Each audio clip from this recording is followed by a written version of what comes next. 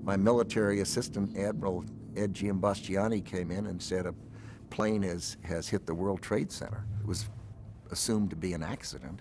I went into my office from the conference room, and Admiral Giambastiani said another plane has hit the other World Trade Center tower. And of course, at that point, it wasn't an accident, it was an attack. Within minutes, I felt the Pentagon shake. That's how our day began on September 11th.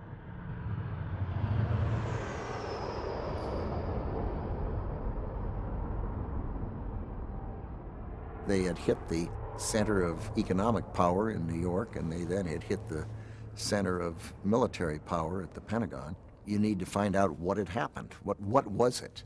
I got up and went down the hall and on my floor until the smoke was so bad I had to get outside, and I went downstairs and outside and around the corner, and here were pieces of that American Airlines airplane just spread all over the apron, all over the grass. Flames and smoke. People being brought out of the building who were injured and burned and wounded. The first responders really hadn't arrived yet. There were very few people there.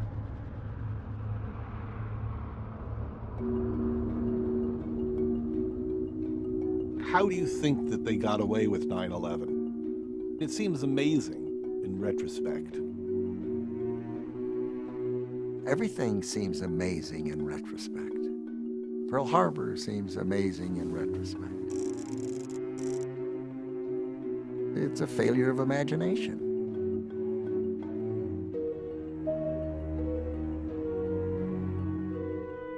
It's not as though you aren't aware of possibilities,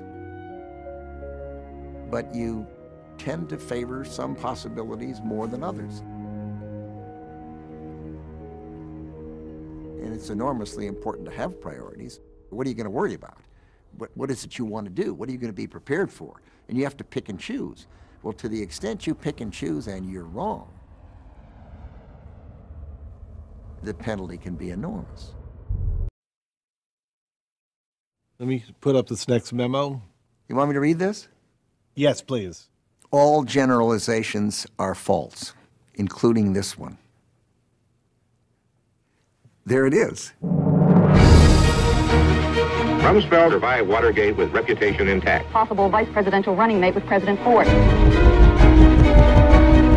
Questions about Rumsfeld are whether he's too ambitious playing second fiddle to Reagan.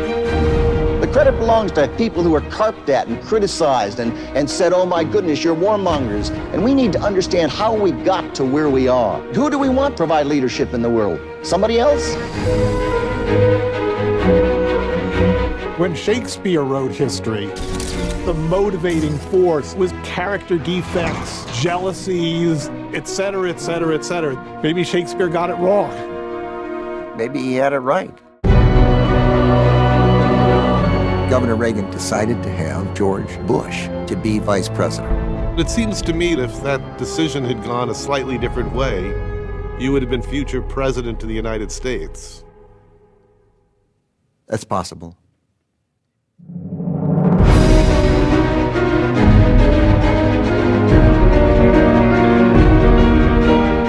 How do you think that they got away with 9/11?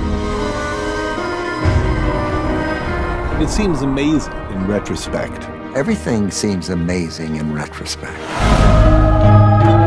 Stuff happens, and free people are free to make mistakes and commit crimes and do bad things. They're also free to live their lives and do wonderful things.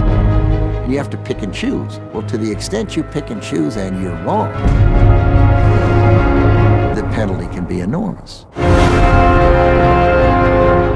Subject: unknown knowns. That is to say, things that you think you know, that it turns out you did not.